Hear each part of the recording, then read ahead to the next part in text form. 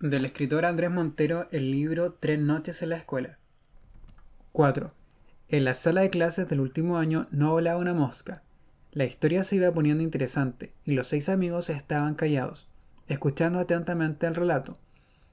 La abuela Josefina, que por lo visto así se llamaba, hizo una pausa para respirar y luego continuó hablando. Como supuse, no me expulsaron de la escuela.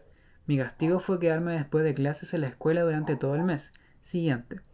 Para que no perdiera el tiempo, me ordenaron que ayudara a Carrizo, que era el señor que lo hacía todo en la escuela. Barría las salas, regaba el patio, arreglaba los pupitres y se encargaba de revisar las instalaciones eléctricas.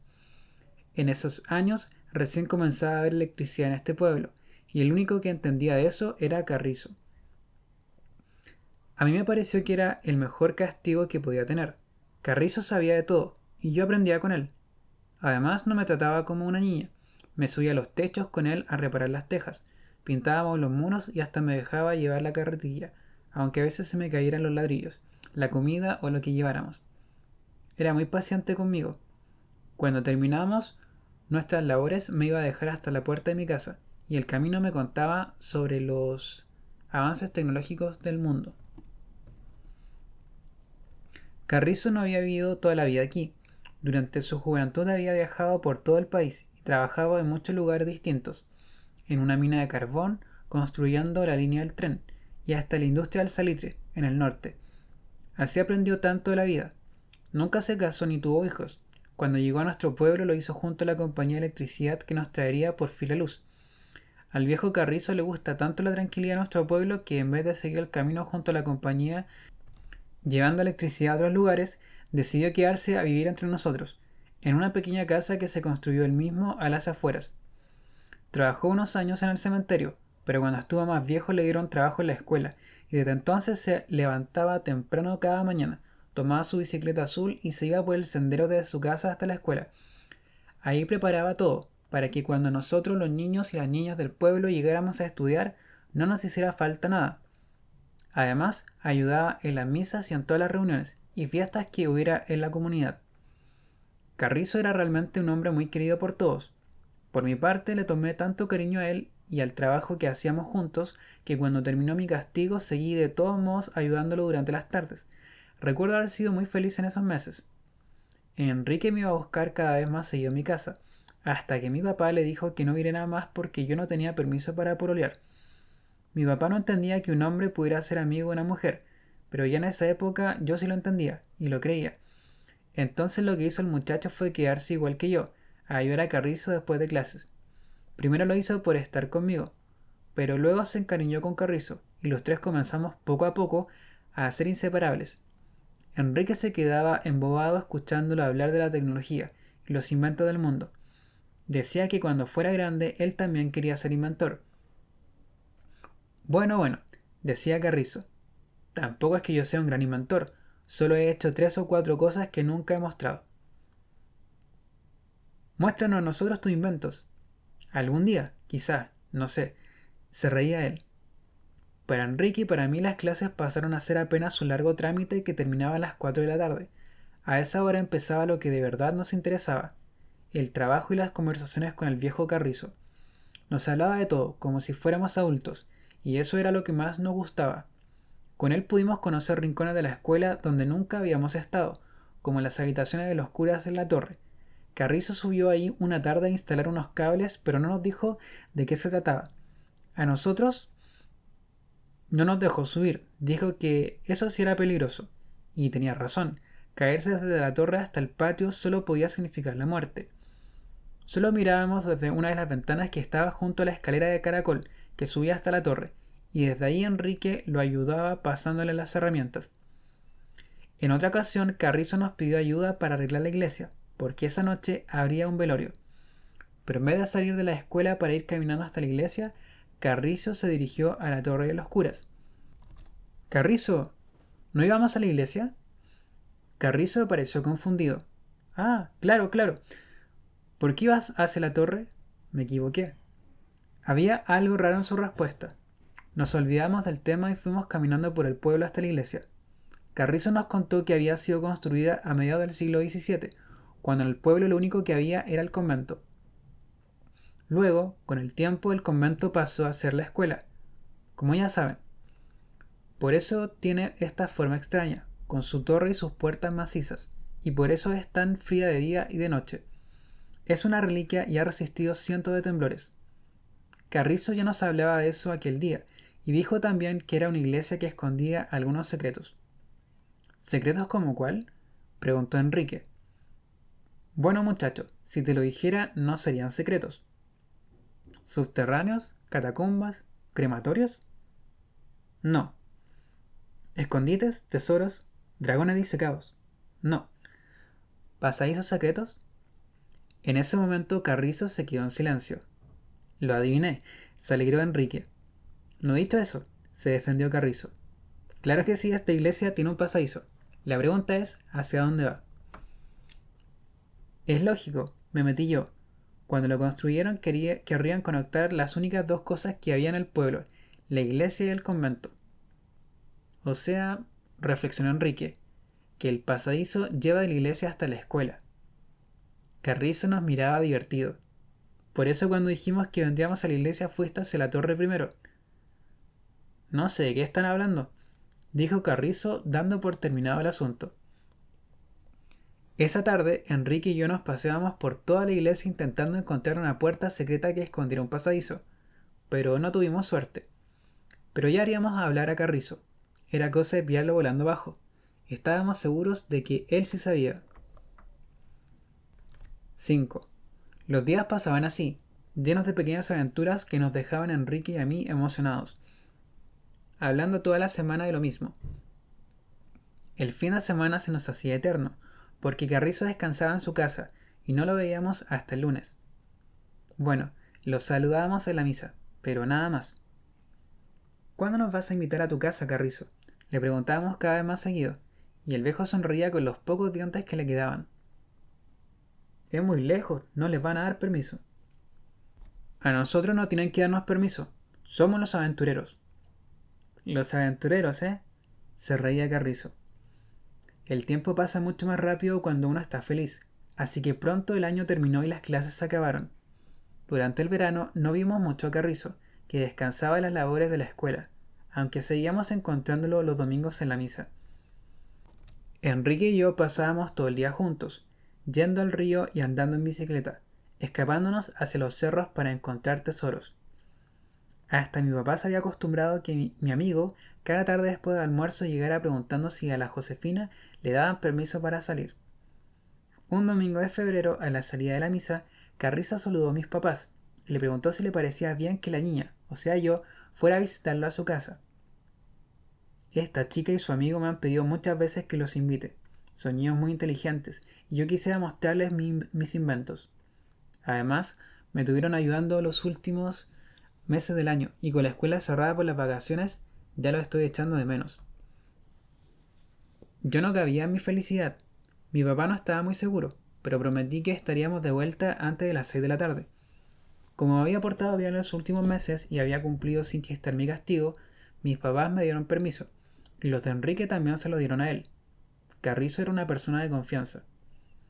Enrique y yo fuimos a buscar nuestras bicicletas, a la velocidad de la luz, y pronto estuvimos de vuelta en la iglesia para encontrarnos con Carrizo, que nos esperaba montado en su vieja bici azul, sonriendo con su sombrero de paja y su infaltable bigote. Lo recordaré siempre así, un hombre bueno y alegre. ¿Listos? ¡Listos! Andando. El camino que iba hasta la casa de Carrizo era empinado, pero pensamos que así sería mejor, porque a la vuelta nos tocaría de bajada. El río corría al lado y los altos árboles hacían que tuviéramos sombra todo el tiempo. No conversamos mucho por el camino, agotados por la subida. Unos 40 minutos después llegamos a una pequeña casa de madera ubicada frente al río. No se veían otras casas alrededor. Bienvenidos a mi humilde mansión. 6. La casa de Carrizo resultó ser lo más extraño y fascinante que habíamos visto en nuestras cortas vidas. Había muchísimos libros desordenados en unos estantes que el mismo Carrizo confeccionaba con trozos de madera vieja que encontraba en el suelo o arrancaba de los árboles. Con los mismos materiales había construido toda su casa, que era de un solo ambiente. El baño estaba afuera, como era normal en esa época. Además de los estantes había 2 o 3 mesas de trabajo grandes, llenas de objetos extraños, que en cualquier otro lugar habrían parecido basura. De hecho, para mí, lo eran. Recojo todo lo que me parece útil, nos dijo a modo de explicación nuestro amigo. A veces no sé para qué me podría servir alguna cosa, pero de todos modos la guardo. Pueden pasar años guardada hasta que le veo alguna utilidad. Entonces fabrico cosas. ¿Para qué? Preguntó Enrique. Para entretenerme. Se encogió de hombros Carrizo. Luego agregó, para sentirme vivo. ¿Le tienes miedo a la muerte? Pregunté yo. Era un tema que me rondaba en la cabeza desde que había muerto mi abuelita, 2 años atrás. No, miedo no. ¿Y a los muertos? Menos. ¿No les he contado que trabajé en el cementerio del pueblo antes de que me contrataran en la escuela? Allá aprendí a tener más miedo a los vivos que a los muertos. ¿Nunca viste nada raro? Oh, sí, claro. Tenía que cuidar el cementerio, ir a veces de noche por si había algún perro rondando, y la noche trae muchos ruidos.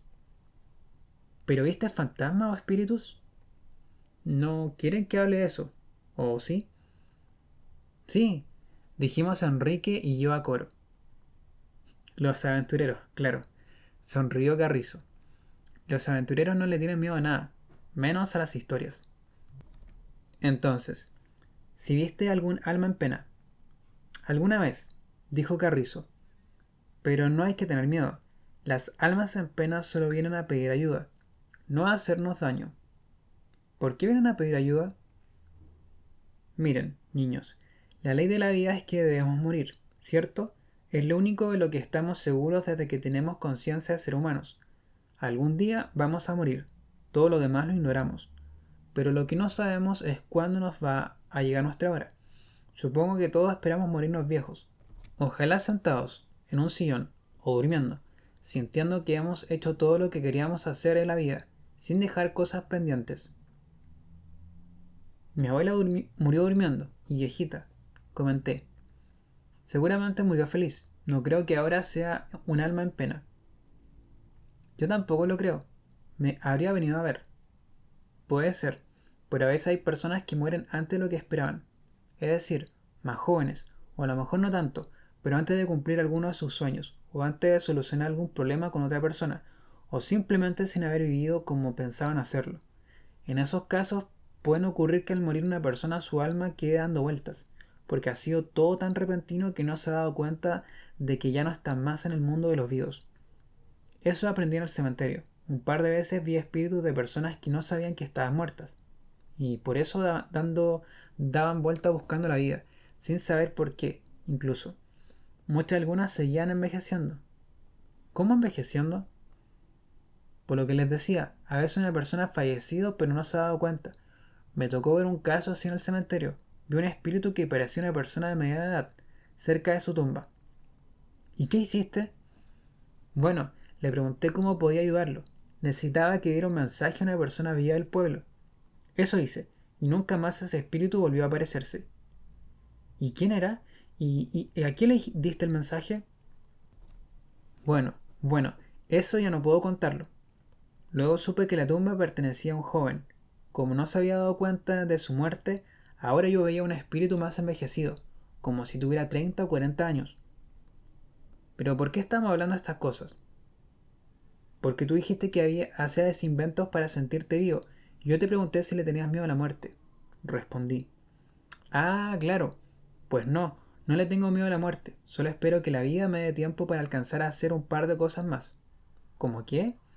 No sé, un par de inventos, poner en práctica lo que he aprendido y leído, ayudar más a la gente del pueblo. Muéstranos tus inventos, gritó emocionado Enrique. Realmente lo estábamos pasando muy bien en la casa de Carrizo, y no queríamos que la tarde pasara demasiado rápido. Vengan a ver. Carrizo nos mostró primero sus libros y algunos cuadernos donde tenía dibujos extraños. Antes de hacer nada con las manos, dibujo mis inventos sobre el papel. Primero planificar, luego poner las manos a la obra. Deberían aprender eso ustedes, los aventureros, para que no se pierdan en caminos que no llevan a ninguna parte. Qué extraño este dibujo, Carrizo, comentó Enrique, poniendo su dedo índice sobre el papel. Una figura que parecía una larga espada en punta se veía trazada sobre el cuaderno. ¿Qué invento es? Ah, este no es un invento mío. Es algo que ya existe, pero aquí no tenemos ninguno. Yo quiero hacer uno para la escuela. Pero, ¿qué es? Carrizo nos observó. La tarde comenzaba a avanzar. No queríamos irnos jamás de la casa de Carrizo. ¿Recuerdan que hace 5 años durante el invierno un rayo cayó en el pueblo? Más o menos. ¿Fue cuando se quemó la casa de Doña Berta? Esa vez. La tormenta hizo que se desbordara el río. ¿No lo recuerdan? Yo sí, pero hay tormentas todos los años en el invierno, dijo Enrique. Sí, pero no siempre los rayos caen cerca del pueblo. Esa es sí, sobre la casa de Doña Berta, y por eso se incendió. Podemos dar gracias a Dios de que la señora estaba de visita en el pueblo de su madre, porque de otra forma seguramente ya no estaría entre nosotros. Pero, ¿qué tiene que ver eso con esta especie de insecto que dibujaste? Preguntó Enrique insistiendo con su dedo sobre el dibujo. Esto, mi querido Enrique, se llama pararrayos. ¿Y cómo funciona? Es un poco difícil de explicar cómo funciona, pero te bastará saber para qué sirve. Este instrumento se tiene que instalar a buena altura, por ejemplo arriba de un campanario, y lo que hace es atraer los rayos. Enrique y yo nos miramos sin entender nada. Pero si atrae los rayos, ¿no es peor? No, imaginen que es como si se los comiera. Los atrae y lleva la electricidad a la Tierra, y así evitan que caiga en otro lugar, como pasó con la casa de Doña Berta. Si hubiera habido un pararrayos en el pueblo, seguramente no habríamos lamentado el incendio en su casa, porque el rayo se había ido hacia ese instrumento, en vez del techo de la vecina. ¿Lo comprenden? Bueno, más o menos, contesté. ¿Y te podemos ayudar a construirlo? En realidad ya lo tengo listo, sonrió Carrizo. Vengan a ver. Salimos los tres al patio trasero. Bajo un techo de madera, Carrizo tenía otra mesa de trabajo, pero en esta no tenía muchos objetos extraños, sino solamente uno, el pararrayos. Era una figura de metal muy parecida a la que habíamos visto en el dibujo, más alta que yo misma. Es mi gran orgullo, nos dijo contento Carrizo. Le preguntamos dónde iba a instalarlo, y Carrizo nos dijo que tenía que ser en el lugar más alto posible. Después de pensar un poco, concluimos que podía ser en el campanario de la iglesia o en la torre de los curas. Carrizo asintió, pero explicó que había decidido que fuera en la torre de los curas, porque era mejor proteger la escuela llena de niños que la iglesia, que solo se llenaba los domingos. ¿Te podemos ayudar a poner pararrayos? Preguntó Enrique. No estoy seguro. Se pueden caer. Ah, por eso estabas instalando esos cables en la torre el otro día. Así es. Ya tengo todo listo. Solo me falta subir el pararrayos. Espero hacerlo el próximo mes. Nos quedamos en silencio, disfrutando el sonido del río y del viento que mecía los árboles. A lo lejos, el sol ya había comenzado a agrandarse y a descender, anunciando su despedida. Creo que es hora de que vuelvan a sus casas, niños. Si no, no nos dejarán volver nunca, dijo Carrizo. ¿Entonces podremos volver? Preguntó Enrique esperanzado. Cada vez que quieran, y que les den permiso. Ustedes son mis amigos y mis amigos siempre tendrán abierta la puerta de mi casa. Enrique y yo nos despedimos de Carrizo y nos subimos a nuestras bicicletas. Pedaleamos a todo dar, aprovechando la bajada y llegamos al pueblo antes de que cayera el sol definitivamente. Había sido una tarde espectacular.